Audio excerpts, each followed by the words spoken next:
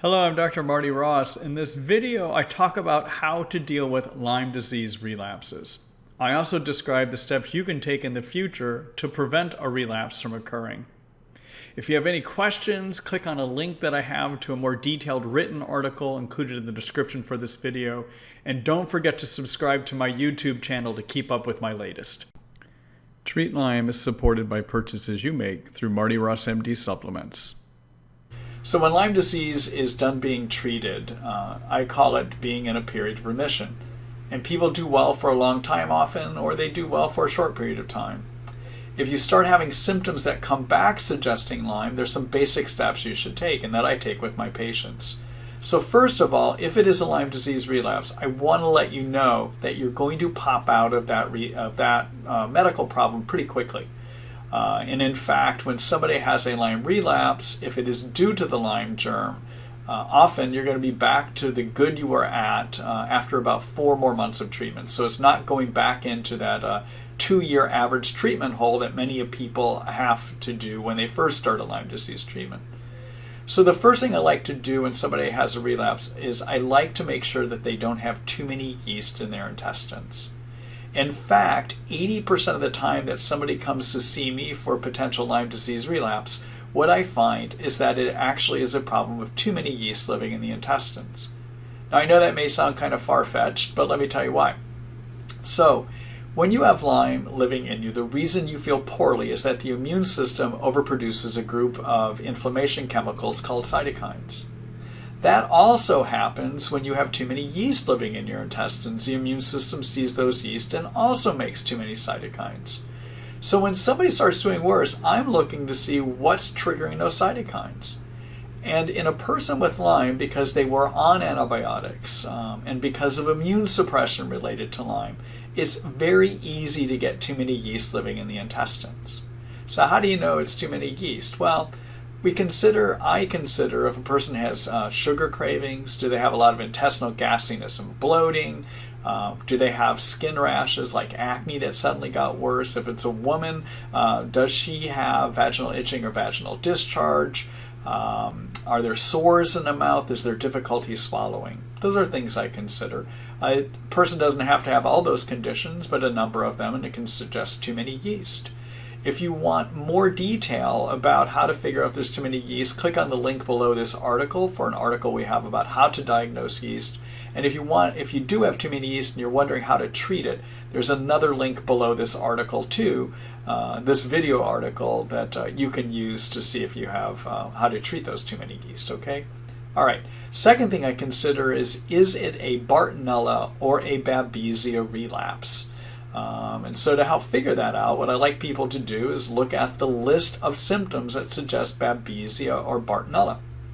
So for Bartonella, we consider things like foot pain, increased anxiety, problems with cognition and thinking, bladder problems, increased daytime sweating, and stretch mark rashes. Those are the kinds of things we might consider with Bartonella.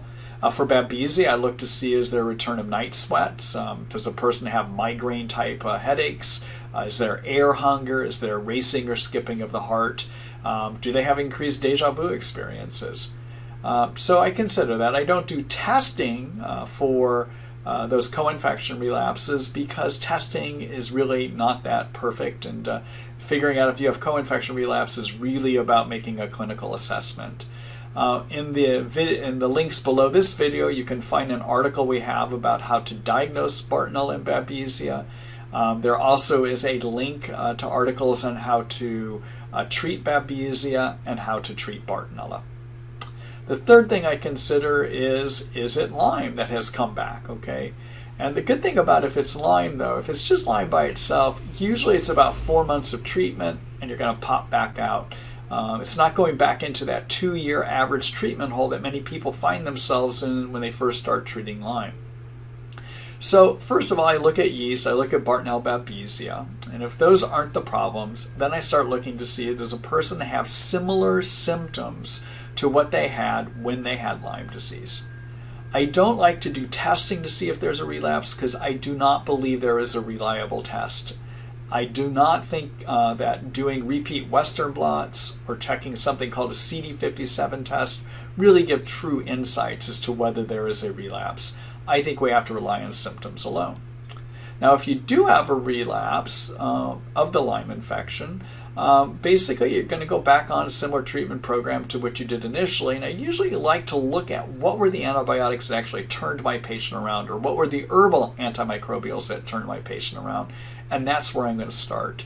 But for more ideas about how to treat Lyme, take a look at the links below this video for the article we have called Kills Lyme Germs, a Brief Antibiotic Guide, and that gives a lot of great ideas too. All right.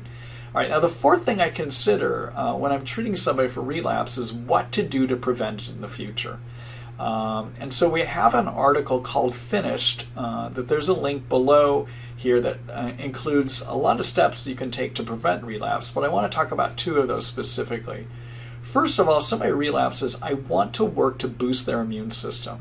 And what I like to use are a group of chemicals called transfer factors, which are made by the detective side of the immune system to turn on the army side of the immune system. And we have transfer factors against the Lyme and the co-infections, okay? And I like using those, and I describe how to use that below the video here. Essentially, it's to use a product called Transfer Factor Lyme Plus, and you would do 1 pill 2 times a day. And I would stay on that.